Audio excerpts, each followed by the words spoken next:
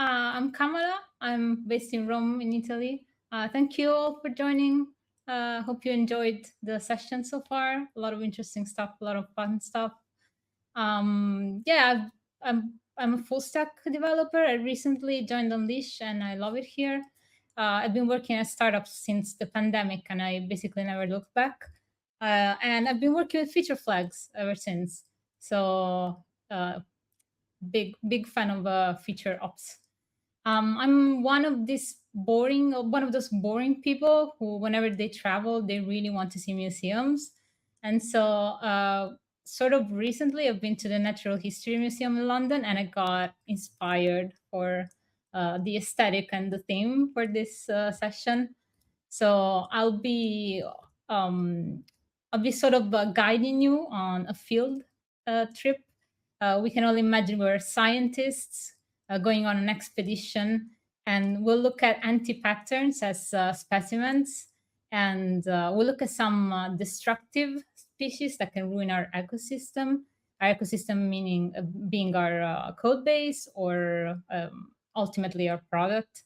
And we'll sort of see how we can either help those specimens evolve or drive them to extinction. These are learnings that have been gathered at Unleash through years of helping customers implement feature flags effectively. So our first specimen that we'll look at, it's called Vexillum Immortale, the immortal flag, the flag that refuses to die, as you can see from the image there. Um, at first sight, it can look like an innocuous specimen. There is a normal feature flag. Who hasn't in their career seen a comment with a to do that never gets picked up again, right? But if we look at the sort of birth certificate of the specimen, when was this born? If we git blame, so to speak, what can we see? Aha, Michael developer added this 9 years ago, so it's a very old flag. It's not actually that innocuous. Typical Michael developer behavior, by the way. So why is this bad? It's not just bad to leave a flag for a long time in your code base just because it's a clutter. It also can can lead to bugs, security risks, and each flag is a different code path. And so if you think about it that way, each code path is then a different state that your system can be in, your application can be in, and those can really add up. Uh, so they can be two to the n possible states. What can that mean? That if you have, for example, 100 feature flags in your system, depending on obviously the way you set them up, you can, especially if they're interacting with each other, you can end up with 100 to two states. So does that mean a really big number? I had to look this up. 1.27 million, it's called in English. Obviously, you don't want to keep track of all those states in production. If you hopefully have automations, integration tests, unit tests, end-to-end tests, the more code paths you have, the more you have to maintain, the more you have to think about, and it's really not great. So what's a remedy for this specimen? The concept of life cycles. Um, if we think of a feature flag itself like a creature, that a living being, we can think about this sort of phases of its life. First one is define. It's when a flag is created, but no code has been written yet. Develop is when a feature isn't live, but it's been maybe tested, maybe it's in development. Production, the production life cycle is when a feature is deployed, rolled out to at least some users. And cleanup is when a flag is still active, but it's time to clean up the code.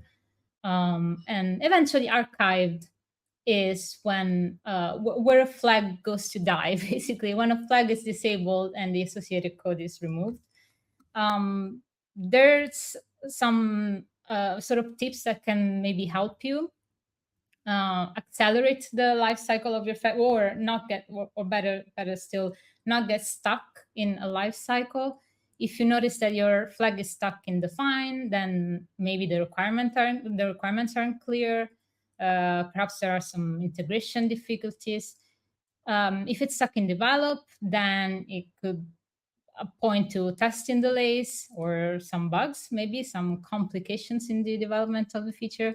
If it's stuck in production for a long time, it might be that you're missing success criteria, or user feedback, or definition of done, however you want to call it. If it's stuck in cleanup for a long time, it means that you're accumulating tech debt, basically. We have this, by the way, built in Unleash, and I think it's a really useful concept, and some tips to implement this life cycles is to set a flag expiration dates, treat feature flags like technical debt, and also archive old flags. Why archive and not remove? We'll see in a second. There's a couple of sort of exceptions to the rule, which are kill switches and internal flags. Kill switches are basically inverted flags. They're flags that you keep around if you want to disable parts of the system that you know has weak spots, or maybe it's central part of your product and maybe you added to it, and you don't want to compromise stability. And internal flags are for tracing, debugging metrics, basically observability. It could be maybe that you want to observe something that is costly to observe for your user, so you might want to have an internal flag that you enable for a limited amount of time as you gather whatever data you want. So why is it better to archive a flag rather than remove it? It's to avoid our next specimen, which is the nomen recyclatum, the recycle name. It's when a flag name or an actual reused flag is repurposed for something unrelated to its original life. And it breeds insistence where flags are scarce feeling, when there's a feeling that flags are expensive and you should create as little of a number as possible for some reason. And it's a typical, maybe you just had a feature out called checkout version 2, and maybe you're adding to it, and you might be tempted to just reuse the flag for another feature, related feature. Why is that bad? It's because it compromises the history of your feature flag. If someone has, for example, a dashboard set up, then it's suddenly going to start lying to them. The data is going to start lying. And also the memory of the developers themselves about what the feature flag did or the purpose of the feature flag, it's going to not stay honest. So the sort of remedy for it is to ensure unique flag names and never resurrect a retired flag's name. So let them go to die when they're ready, basically. Let's look at another fairly common specimen, and it's the configuratio camufflata. It's the camouflaged configuration, or config as a flag. This is, I think, a cousin of the prejudice that feature flags are just if statements, and which is partially true. But in this case, when you are sort of using config as a feature flag, then you'll see you have something static, something long-lived, something that holds secrets or personal identifiable information, masquerading as a feature flag. What's the remedy to this specimen?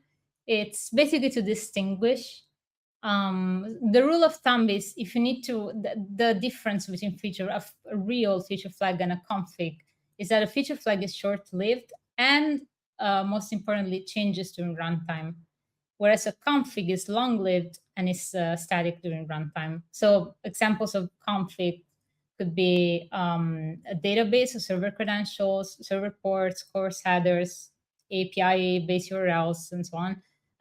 Examples of typical feature flags: dark mode versus light mode, a stable or beta feature, new world algorithm, or an A/B testing that you might be running. And the rule of thumb is that if you need to restart your application to turn on a flag, then it's configuration and it's not a flag.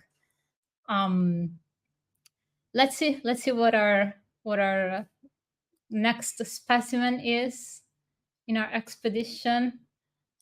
Symbiosis fragilis. It's the fragile symbiote.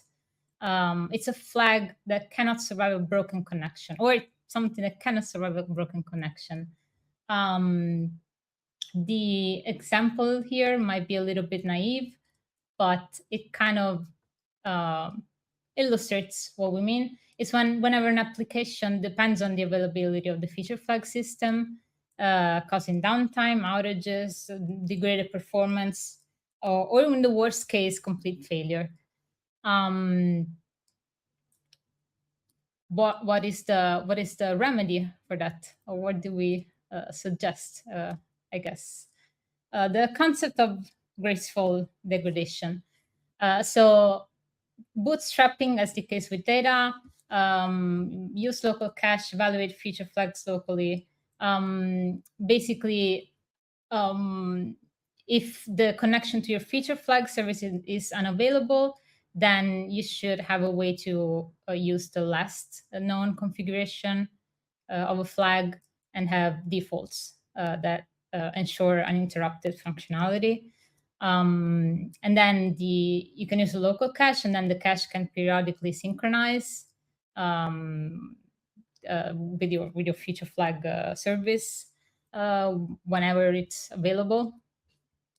And feature flag evaluations should be local and without relying on external services, because again, if then your system goes down or is unreachable, then you have a fallback basically that doesn't make your app crash or doesn't compromise your app.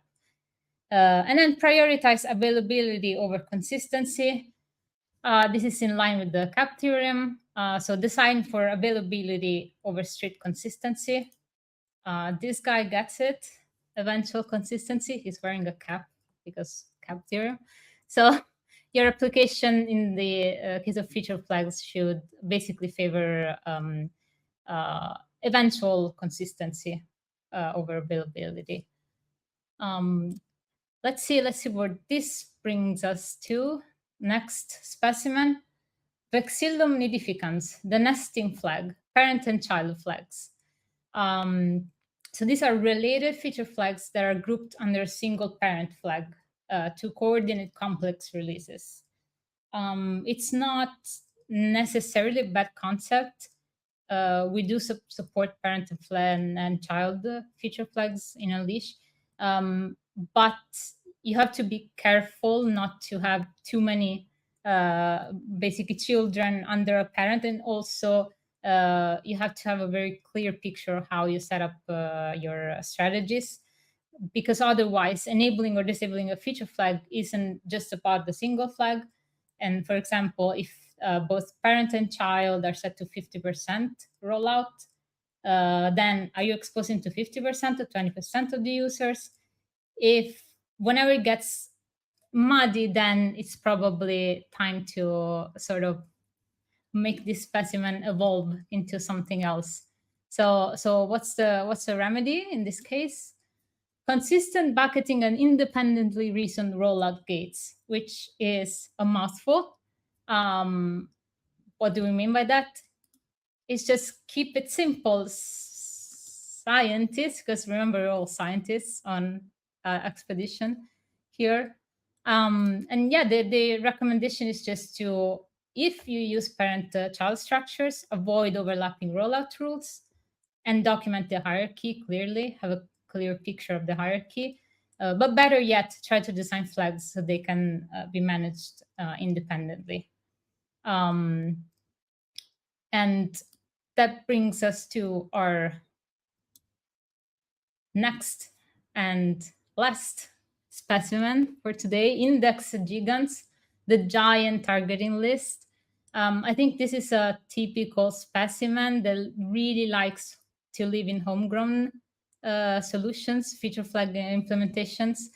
And it's basically a large, gigantic targeting list, sometimes just a list of specific user IDs that lists thousands and thousands of people, which are obviously hard to maintain and slow things down. And let's see how we can remedy. The remedy is to focus on underlying traits. So instead of trying to ask the question, who gets the feature flag, the right way to think about it is what qualifies users for a feature. So identify user attributes that can be managed in external systems. So typical examples are, for example, a subscription plan or tier, whether or not it's an internal employee. This is also a really common one if you're testing something internally. Or maybe you want to expose a feature to users that signed up before or after a specific date. Or maybe your shipping UI changes that are specific to locale. Maybe your users that see Japanese characters should get a different UI. So just focusing again, on underlying traits. And it helps with maintainability because then adding a user to a beta group, for example, is easy. You just add, you just update their group membership, for example. It helps with memory usage because storing a simple attribute is obviously easier on the memory than holding a list of thousands of user IDs. And then it's also better for compliance because it restricts the personal data to only the systems that need it, which helps staying compliant. And yes, with that, we've looked at all the anti-patterns as specimens, as dangerous creatures or creatures that we can drive to extinction. But I think ultimately it's also helpful to think of feature flags as a creature, a good specimen that's good in and of itself for your environment, for your ecosystem. The feature flag itself, we saw that it has life cycles, have things that are good for it or bad for it. And if you treat it good, it will treat you good. It will help you sleep at night, like Frederick mentioned earlier today. And so if you want to learn more or get more insights on the topic, we have this really good documentation page. And yes, that will be all for me. I hope you had a little bit of fun, hopefully. Thank you. Thank you, Kamala. That was really fun for me as well. Guys, if you have any questions, as usual, feel free to drop them in the chat. And well, in the meantime, Kamala, I had a question for you. There was a specimen, I can't remember the Latin name, but it was the one that wouldn't survive an unstable connection. Yeah. And in my experience, that's quite common because it's just easy to assume that everything will be available all the time. And that also aligns with the idea of applying something that people call graceful degradation, so that no external dependency in your system will cause an actual full outage or a complete unavailability of the application. Like, does that make sense to you? And what are some of the strategies that maybe people can use to apply that concept? Yeah, so the more common, I think, easier one is to have defaults in your code. I think for most feature flags, you want to have the default to false, so not expose the feature. An exception could be the kill switch, where the default sort of code path should be the flag that's enabled. Yeah, that's something that comes to mind. Um, and also, yeah, in the example is very naive, but yeah, you could be somehow, I guess, tempted to surface errors and stuff, but it's avoidable and better to avoid. Yeah, and if you think of flags not as configuration but as runtime control, like maybe that comes more naturally, because this example is like looks like somebody was expecting a configuration environment variable, and if that environment variable is missing, maybe it's okay that the app doesn't even start. But yeah, you need to think of feature flags as runtime control, right? So, and another concept you mentioned is all the life cycle management that Unleash provides as a built-in feature. And we would talk about it in other sessions, but maybe not everybody joined all the sessions. So I wanted to ask you again, what can people do to try and get as many all the way to the cleanup and all the way to the archive state?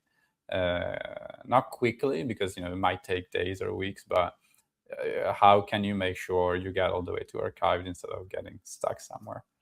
Yes. So we in Unleash we have a handy automation where you can mark a feature flag as completed, and then basically issue is created in GitHub, and then Copilot picks it up and just grabs the code base for all mentions of the feature flag name, and then makes a PR that then one of us humans have to review. And it's really really handy that you have to review it, because then you can, for example, a little tip that I was taught that people do at Unleashed that I think is really smart. If you have anything in your code that needs updating whenever you eventually remove your flag, for example, it might be something in the I don't know, setting an API endpoint from alpha to beta, for example, whenever the feature flag is removed, then you can just add a comment mentioning the flag name, and then it will show up in the GitHub PR that the agent created, and then you remember that you have to you have to do those like refining things. So yeah, that's a I think a really handy example what you can do. Right. Yeah, that's really nice. And I remember, like, if you have experimentations or A/B tests with different variants, you can even pick like which one performed better, and you can automate like enabling only that path going forward. So it's pretty powerful.